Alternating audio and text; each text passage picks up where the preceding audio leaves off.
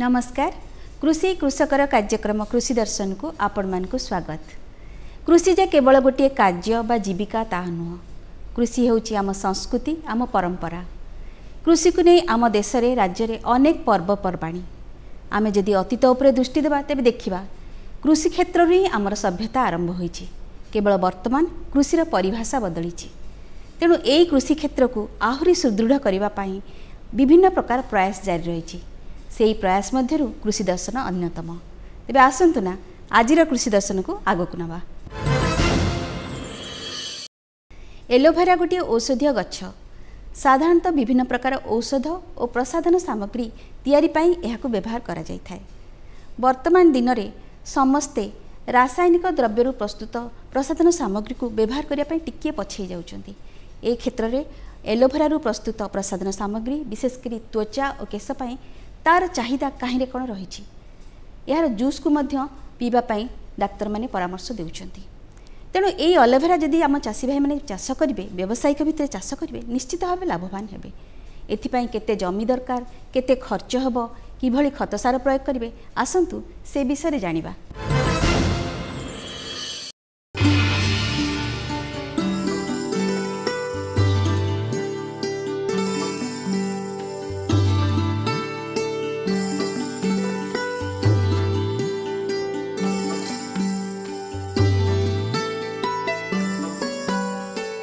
ओडिशार जलवायु घी कुआरी बा एलोवेरा चाष अत्यंत अनुकूल अटे। साधारणतः घी कुआरी एक मोटा रसाळ पत्र विशिष्ट बहुवर्षीय गुल्म। यही पत्र रे एलोइन नामक ग्लूकोसाइड्स पाखापाखि 4.5 रु 25% पर्यंत थाए। काटिला पर आप देखिए जब आम ग्लास रे बुड़े रखा से गोटे येलो प्रकार गोटे एक्जुडेट गोटे निर्गत हुए ताकू कहुए एलोइन। सेटा विभिन्न प्रकार फार्मास्यूटिकल मेडिसिन इंडस्ट्री रे से व्यवहार करथांती विभिन्न प्रकार रोग पाई। तेणु यही पत्र को व्यवहार करी साधारणतः पेट रोग कला जलापोड़ा चर्म रोग कोष्ठकाठिन्य बात पित्त व्रण एवं वर्धिक प्रसादक भाव या व्यवहार करें एवं आपण जूस टाक आम व्यवहार कर। तेणु एलोवेरा जूस को आम आपण ताकू साधारणतः अमल पर 12 घंटा 24 घंटा भितर एलोवेरा जूस को आम ताकू बाहर करवा उचित। ताकू ऊपर पत्र को भल भाव गोटे छुरी साहाय्य पत्रटा को काटिदेवे एवं तापर से जो रस से रस को आम भल भाव छुरी मध्यम ताकू कलेक्ट करके आम गोटे पात्र रखा एवं से जूस को व्यवहार करके आम विभिन्न प्रकार प्रसाधनिक सामग्री बा आमर स्किन केयर प्रोडक्ट एवं आम सीधा सड़क भाव में आम शरीर में मुहरे जो जला पड़ी होता लगे पारिबा किंबा आम जूस को ग्राइंडिंग करी प्रिजर्वेटिव दे ताकू आम पैकिंग करके मार्केट में बिक्री करि परिबा। तेणु यार चाहिदा देश विदेश रे बहुत अच्छी दिनकू दिन वृद्धि पाउछि। साधारणतः आमर उष्म एवं आर्द्र जलवायु यही चाष अत्यंत अनुकूल अटे। बालिया दोरसा निगिड़ा माटी तेणु यही चाष भल अटे एवं यार अम्ल देखिए पीएच देखिए 6.5 रु 8.5 भितर रहिले यही चाष भल भाव में हो पार।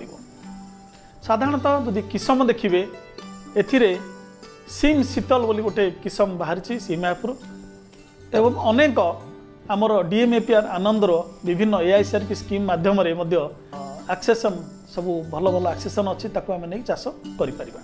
या साधारणतः 60/45 लाइन की लाइन 60 एवं गछ गछ 45 सेंटीमीटर रे आम लगे था जहाँफल पाखापाखि 37,000 आमर जो पुआ एलोवेरा पुआ दरकार पड़ी था गोटे हेक्टर जमी लगेगा एवं या आम साधारणतः लगेवा समय हूँ सेप्टेम्बर रु अक्टोबर टिके वर्षा सरी आसुथिबो।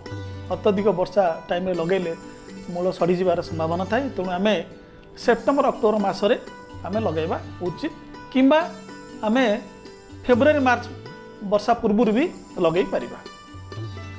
या साधारणतः जबखारजान 50 केजी फस्फरस 50 केजी एवं पोटास 50 केजी आवश्यकता पड़ी था गोटे हेक्टर जमी पाई एवं आमर सढ़ा गोबर खत 15 क्विंटाल गोटे हेक्टर निम्ब पीडिया 5 क्विंटाल आवश्यकता पड़ी था।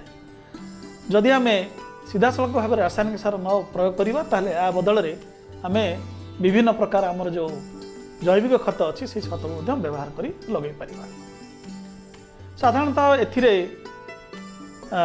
रोगपोक विशेष कि देखा न था कि किसी थाए आमर जोड़ा जौ पोक दहिया पोक ताकू निम्ब तेल प्रयोग कर व्यवहार कर दमन कर एवं पत्र दाग बा पत्र पोड़ा देखा जाए पचा देखा जाए जो थी आम 1% बोड़ो मिक्सचर तैयारी कर लगे दे पारिबा प्रयोग कर पारिबा किंबा कपर ऑक्सीक्लोराइड 2 ग्राम पर लिटर पानी रे करी सिंचन मध्य करि पारिबा।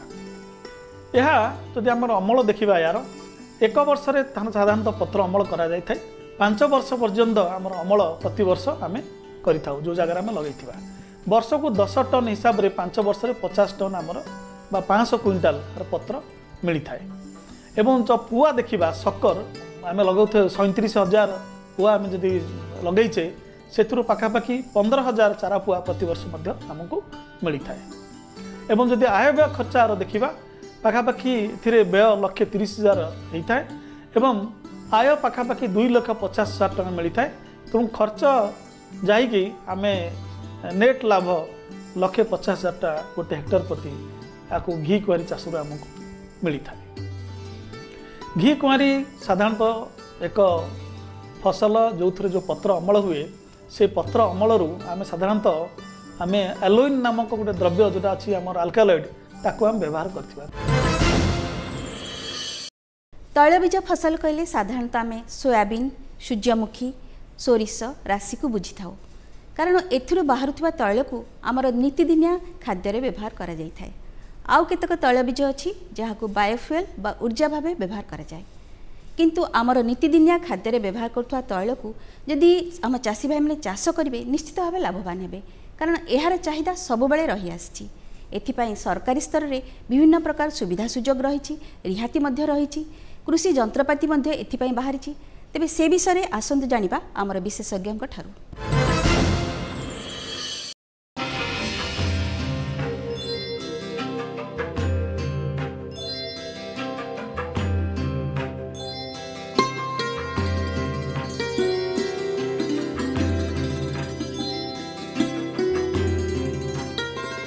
ओडिशा रे तेल जातीय फसल चाहिदा दिन दिन बढ़िबारे लगी विशेषकर आमर चाषी भाई माने सूर्यमुखी सोरिष एवं आमर चिनाबादाम चाष बहुल भाव में चाषी मैंने बर्तमान ओडिशा रे करुछंती। एई चाषर चाहिदा दिन दिन बढ़िबारे लगी कारण ये चाष व्यवसाय भितर चाष कले चाषी मैंने लाभवान बहुत होउछंती। आम पाखे उन्नत किसम थिले से उन्नत किसम जलवायु सहनी शक्ति विशेषकर ना विशेषकर आम कह बादाम जो स्मृति किसम आमर अच्छी जदिव बहुत अधिक अमलक्षम किसम किंतु तार जलवायु सहनी शक्ति कम थी से आदृति लाभ करना तेणु ता जगह जवान किसान एमती नुआ नुआ अनेक किसम आसला तेणु आम चाषी भाई को अनुरोध करवा जो किसमर जलवायु सहनी शक्ति अच्छी से भाया किसम चयन करूँ और ताकू उपयोग करूँ। यहाँ है प्रथम कथा। द्वितीय कथा है आमर जो तैलबीज फसल रे जो आमर सार परिचालन व्यवस्था अच्छी आम कौ सार प्रति विशेष ध्यान दबा। प्रथम सार है फस्फरस सार जी कि चेर बढ़ार साहाय्य करे और चेरर गंठी में जैवक्षारजान सार संग्रह कर भाया जीवाणु को बांधिक रखिपारे।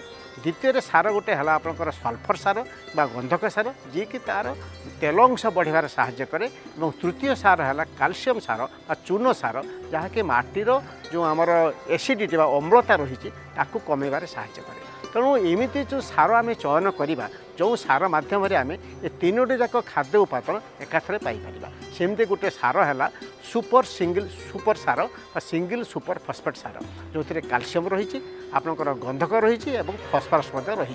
तेणु जमी आम चाषी भाई कथार कहले गोटे टेकार 3टी चढ़ी शिकार कला भाया चाषी भाई मानक आम अनुरोध करवा आपन जो माने तेल चाषी से माने ये सार को यथेष्ट आगु संग्रह करके रखंतु और ताकू चाष व्यवहार करंतु।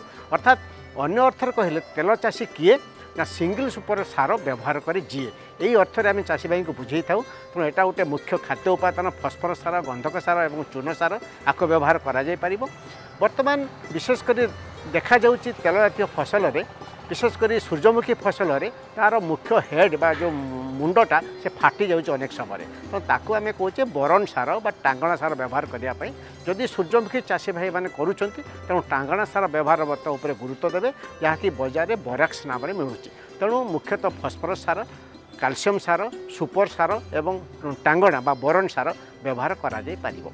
यह व्यतीत बर्तमान आम देखुचे जेहेतु आमर अधिक परिमाण वर्षा ओडिशा रे होउची अधिक आमर उत्ताप अनुभूत होउची तो माटीर जैविक अंगारंश बहुत विघटन घटुची अंगारंश कमी कमी जाउची तेणु आम से देखुचे माटी जिंक सार बा दस्ता सार अभाव देखागलानी तेणु ताकू आम 25 किलो जिंक सल्फेट प्रति हेक्टर माटी मिसेक दे पारिबा शेष गोड़ हल समय तेणु चाष तैलबीज फसल क्षेत्र में जदि आम भल विहन सहित जोटा कि जलवायु सहनी शक्ति थी से भाया विहन सहित जदि आम उन्नत मानर फसल सार परिचालना करवा देखिए आम निश्चित भाव में तेल फसल बेसी अमल पाइबा एवं तेल अंश अधिका बढ़ खाली अमल पाइले तो हेनी कि तेल अंश बेसी हम से गंधक सार उपर आम अधिक गुरुत्व देवा चाषी भाई मानक कहवा जो मैंने फसल पर्याय अनुसरण करुँच धान कर खरीफ ऋतु में रवि ऋतु कर तेल जातीय फसल जदि धान फसल से धणीचा चाष उपर गुरुत्व देवे सबुज सार धणीचा ताहले आम देखा परवर्ती समय अणुसार अभाव माटी देखा ना से अणुसार देवाक पड़ो ना तेणु जो मैंने धान तेल चाष फसल पर्याय अनुसरण कर भल भाव में धणीचा चाष को करंतु धणीचा चाष कले माटीर जैविक अंगारंशर उन्नति घटव माटी जो अणुसार मान थे जमी जिंक एवं आमर मुख्य सार गंधक से ताकू गछ को सहज उपलब्ध हो पार परवर्ती समय भल अमल आम पाइबा तेणु चाषी मान अनुरोध भल किसम चयन करंतु एवं सारर सुविनियोग करी धान चिनाबादाम जातीय फसल में तैलबीज फसल में उत्पादन बढ़ाइबार मुख्य नायक साजନ୍ତି।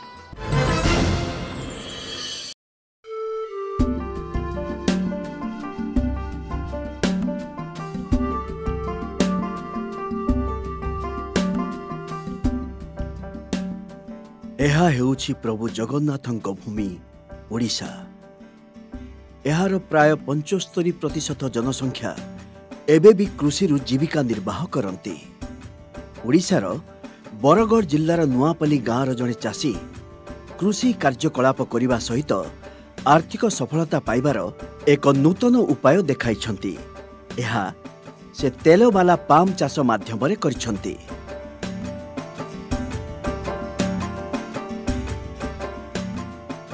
मात्र 302 हेक्टर अंचल विस्तृत एक छोट गाँ नुआपाली। किछि वर्ष पूर्वे एही गाँर चाषी श्री रसानंद साहू पारंपरिक चाष जारी रखिबा परिवर्ते तेलबाला पाम चाष करने को निष्पत्ति नैथिले। से ओडिशा सरकार एवं एक घोरई कंपानीर सहायतार 5.27 हेक्टर जमी रे तेलबाला पाम चाष आरंभ करथिले। तांकू तेलबाला पाम चाष सामग्री जोगाई दिया जाइथिला।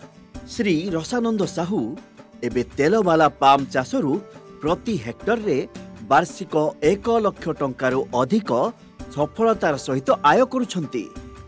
तांकू जातीय खाद्य तेल मिशन तेलबाला पाम अधीन रे कृषि विभाग पक्षरु आर्थिक एवं वैषयिक सहायता मध्य प्रदान करा जाइथिला। National mission on edible oils oil palm NMEOOP Bharat सरकार 2021-2022 रे आरंभ करथिले। तेलबाला पाम चाषी मानंकु सामग्री आंतः फसल एवं रक्षणाबेक्षण ड्रिप जलसेचन डीजेल विद्युत सौर पंप सेट बोरवेल फल अमल उपकरण एवं पुराना गछ गुड़िकर पुनः रोपण पाई आर्थिक सहायता मध्य जोगाई दिया जाए। एही मिशन अधीन रे प्रति हेक्टर पाई 1 ରୁ 5 लाख टंका आर्थिक सहायता मध्य चाषी मानंकु जोगाई दिया जाए। मु जेतेले पाम चाष करवा लागि निष्पत्ति नेली सेते बेले अन्य चाषी माने ताके विश्वास माने ग्रहण नै करू थई। से माने भाबुतले कि पाम चाष रे बहुत पानी लागसी आ जमी भी तामने इथरे खराब हेसी। हाँ मु पाम चाष उपरे किसी निश्चिंतता नथिलु। आम रसानंद साहू पाम चाष देखी आज बहुत उत्सर्गित अच्छु और आम आशा करूँ चाषी मैंने जे पाम चाष करी आम भल सफलता हेबो बोली आशा करूँ। हाँ तेलबाला पाम चाष अनेक उपाय रे चाषींक पाई एक लाभदायक फसल। कम खर्च रे अधिक लाभ। परिपक्व तेलबाला पाम गछ प्रति हेक्टर रे 20 ରୁ 25 टन फल देइथाए एवं यह प्राय 30 वर्ष पर्यंत फल देइथाए। केवल एतिକି नुहे, चाषी माने एही गछगुड़िक मध्यरे आंत फसल चाष करी 2 गुणित आय मध्य अर्जन करुछंती। ऑयल पाम चाष सरकार तरफ आमर गछ चारा बाबद को 20,000 टंका इंडिजिनियस भेराइटी और 29,000 टंका एक्जोटिक भेराइटी दि जाऊँगी। यह छड़ा 4 वर्ष प्रथम 4 वर्ष गछर रक्षणाबेक्षण एवं अंत फसल चाष 42,000 टंका सरकार आड़ू सहायता दि जाऊँगी। यह छड़ा आम ड्रिप सिस्टम रे जदि आप इरिगेशन करने चाहते अत्याधिक 30,000 टंकार सब्सिडी गवर्नमेंट आड़ू दि जाऊँगी। यह छड़ा अन्य आमर जो उपकरण है जमी harvesting tool tractor trolley cutter ladder सरकार आड़ू आर्थिक सहायता जोगा दि जाऊँगी। श्री रसानंद साहू परी चाषी सफलता अनेक चाषी को बिना द्विधारे तेल वाला पाम चाष ग्रहण करने को एवं सेमानक आय बहुगुण वृद्धि करने को उत्साहित करिछि।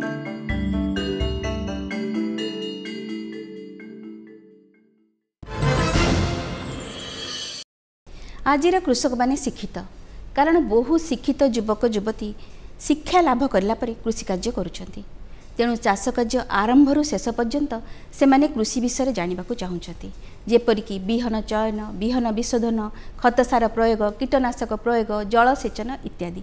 आ ए सब विषय सेमानकु पुंखानुपुंख भाव जणाई थाए आमर कार्यक्रम कृषि खबर।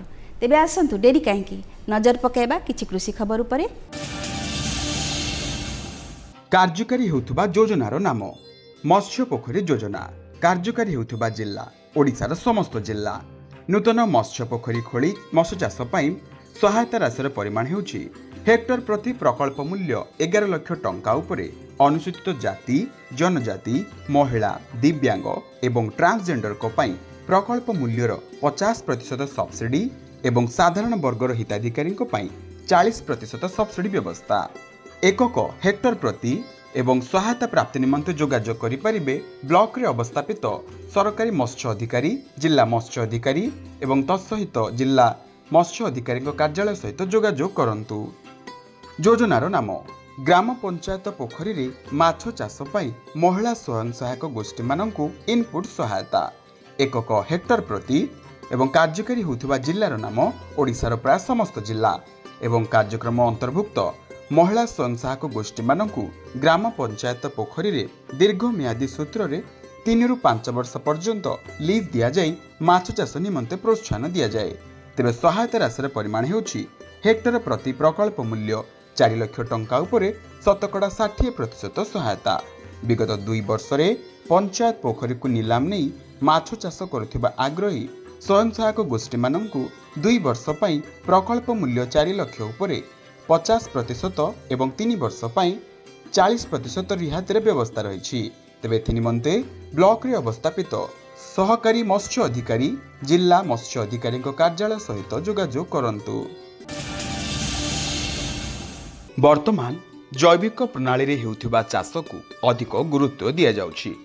सरकार मध्य एथिपाई चाषी भाई भौणी मानकु प्रोत्साहन जोगाई देउछंती। विभिन्न जिल्ला रे एथिपाई चाषी को तालीम मध्य दिया जाउछि। जैविक प्रणाली रे चाष करिबा द्वारा उत्पादित हेउथिबा पनिपरिबा स्वास्थ्य पाई मध्य खूब भल होइथाय। जैविक कृषि कौन? जैविक कृषि रे रासायनिक सार एवं कीटनाशक व्यवहार आदौ करा जाय नाही। एही प्रकार चाष रे प्रकृति रे मिलुथिबा उपादान गुडी को चाष रे व्यवहार करा जाय थाए। जमीर उर्वरता वृद्धि पाई थाए। रासायनिक सार उपरे निर्भरशीलता ह्रास हेले खर्च मध्य कमी जाय थाए। फसलर उत्पादन वृद्धि पाइबा सहित बजार रे जैविक पदार्थर चाहिदा बढ़िबा सहित चाषी आय मध्य बढ़ी जाय थाए। प्रकाश थाउ जे वर्तमान चाष प्रणाली संपूर्ण बदली जाइछि, जार एकमात्र कारण हेउछि वर्धित जनसंख्या, जो कारणरू अधिक खाद्य शस्य उत्पादन उपरे गुरुत्व आरोप करा जाउछि, जहा जोगु चाष रे अधिक रासायनिक पदार्थ व्यवहार करा जाउछि। लोक माने जैविक कृषि को भूली जाउछंती, जहा फल रे आमे भल खाद्य पाई पारु नाहु। रासायनिक पदार्थर अत्यधिक व्यवहार जोगु आमर खाद्य मध्य क्रमागत भाव में विषाक्त हेबारे लागिछि। जेतेबेले जैविक कृषि भारतीय कृषि एक प्राचीन पद्धति, जहा आमको भूमिर प्राकृतिक गुण को बजाय रखी रासायनिक मुक्त भल खाद्य जोगाई थाए। ବିହନ ଯାହା ଚାଷୀଙ୍କ ପାଇଁ ମୁଖ୍ୟ।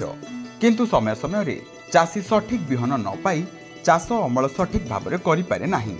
ଯଦି କୃଷକମାନେ ଅଧିକ ଉତ୍ପାଦନ ଏବଂ ଆୟ ଚାହୁଁଛନ୍ତି ତେବେ ସବୁଠାରୁ ଗୁରୁତ୍ୱପୂର୍ଣ୍ଣ କଥା ହେଉଛି ଭଲ ଗୁଣାତ୍ମକ ମଞ୍ଜି। ଭଲ ମଞ୍ଜି ଉତ୍ପାଦନରେ ଉନ୍ନତି ଆଣେ ଏବଂ ଆୟ ବଢ଼ିବାରେ ଚାଷୀର ସହଯୋଗ ମଧ୍ୟ କରିଥାଏ। ଏହା ସହିତ ଖତ ମଧ୍ୟ ଭଲ ଗୁଣବତ୍ତା ହେବା ଉଚିତ। ଯଦି ସାର ଏବଂ ମଞ୍ଜି ଭଲ ଗୁଣ ନୁହେଁ ତେବେ ଏହା ଫସଲ ଉତ୍ପାଦନକୁ ସିଧାସଳଖ ପ୍ରଭାବିତ କରିଥାଏ। ତେଣୁ ବଜାରରୁ ମଞ୍ଜି କିଣିଲା ବେଳେ କୃଷକମାନେ କିଣୁଥିବା ବିହନର ଗୁଣ ପ୍ରତି ଧ୍ୟାନ ଦେବା ଅତ୍ୟନ୍ତ ଗୁରୁତ୍ୱପୂର୍ଣ୍ଣ ଅଟେ।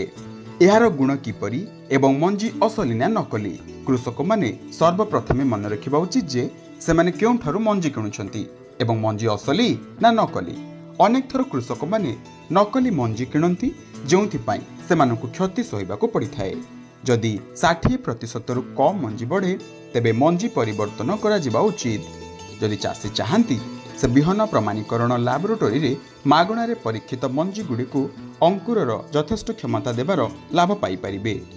ନମୁନା ଲାବୋରେଟୋରୀରେ ଦାଖଲ ହେବାର 1 ସପ୍ତାହ ପରେ କୃଷକଙ୍କୁ ଏକ ରିପୋର୍ଟ ଦାଖଲ କରାଯାଏ ଯେଉଁଥିରେ ଚାଷୀଙ୍କୁ ଅଙ୍କୁର କ୍ଷମତା ଏବଂ ଉତ୍ପାଦର ଗୁଣବତ୍ତା ଉପରେ ଏକ ପ୍ରାଧିକୃତ ରିପୋର୍ଟ ପ୍ରଦାନ କରାଯାଇଥାଏ।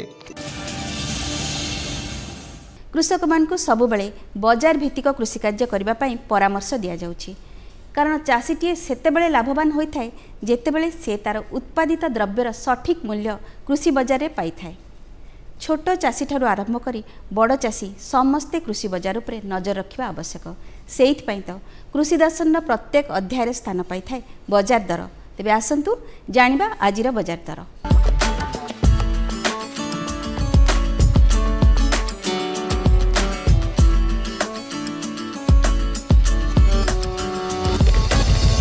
टमाटर क्विंटाल पिछा बजार दर बौद्धଠାରେ सर्वनिम्न 3500 रु 4500 टंका, पारलाखेमुंडी 2800 रु 3000 टंका, बरगढ़ 5400 रु 5600 टंका, केसिंगा 4000 रु 5000 टंका मध्य रही।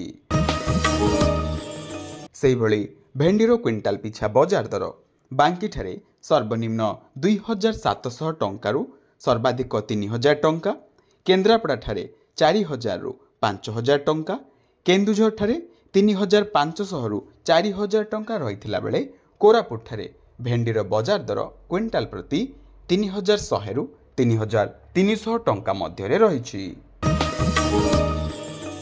कृषि कार्य और पाणीपाग अंगाअंगी भाव जड़ित। पाणीपाग ठीक रहिले चाष कार्य सुरखुरे होता है, किंतु पाणीपाग विषय आगु अनुमान करी चाष करने चाषी कष्ट होता है। से कृषि दर्शन प्रत्येक अध्याय आमे माने आपण मानकु पाणीपाग विषय कृषि सूचना जणाई थाउ। तेबे आसंतु आज जानिबा पाणीपाग विषय किछि कृषि सूचना। अनुमान करा जाउछि राज्यर पाग मेघुआ रहिबा सहित किछि जिल्ला रे मध्यम धरणर वर्षा हेबार संभावना रहिछि। आजिर तापमात्रा कंधमाल रे सर्वनिम्न 24 डिग्री सेल्सियस रु सर्वाधिक 28 डिग्री सेल्सियस, संबलपुर ठारे सर्वनिम्न 25 डिग्री सेल्सियस रु सर्वाधिक 30 डिग्री सेल्सियस, पुरी ठारे सर्वनिम्न 26 डिग्री सेल्सियस रु सर्वाधिक 29 डिग्री सेल्सियस एवं अनुगुल ठारे सर्वनिम्न 26 डिग्री सेल्सियस रु सर्वाधिक 32 डिग्री सेल्सियस मध्य तापमात्रा रेकर्ड करा जायछि। दर्शक बंधु, आगको शीत दिन आसुची आ शीत दिनर पनीपरिवार चाहिदा आदर बहुत अधिक। ए कथा को आखि आगे रखी आमर चाषी भाई माने वर्तमान शीत दिनिया पनीपरिवा चाष करबा आरंभ करदेलेनी एवं एई कथा को आखि आगे रखी आमर शुक्रवार फोन इन विषय वस्तु मध्ये धार्य करा जायछि। आसंता शुक्रवार संध्या 6टारे प्रसारित होउथवा फोन इन कार्यक्रमर विषय वस्तुटी आपण मानकु एबेठारु कहि दउछि। विषय वस्तुटी होउछि शीत दिनिया पनीपरिवा चाषरे तळी घेरा प्रस्तुति। प्रश्न पचारिया गोटे फोन नंबर रही। फोन नंबरटी हूँ 067423000139। दर्शक बंधु, आपण माने नियमित भाव कृषि दर्शन देखंतु, फोन इन रे भाग नियंतु।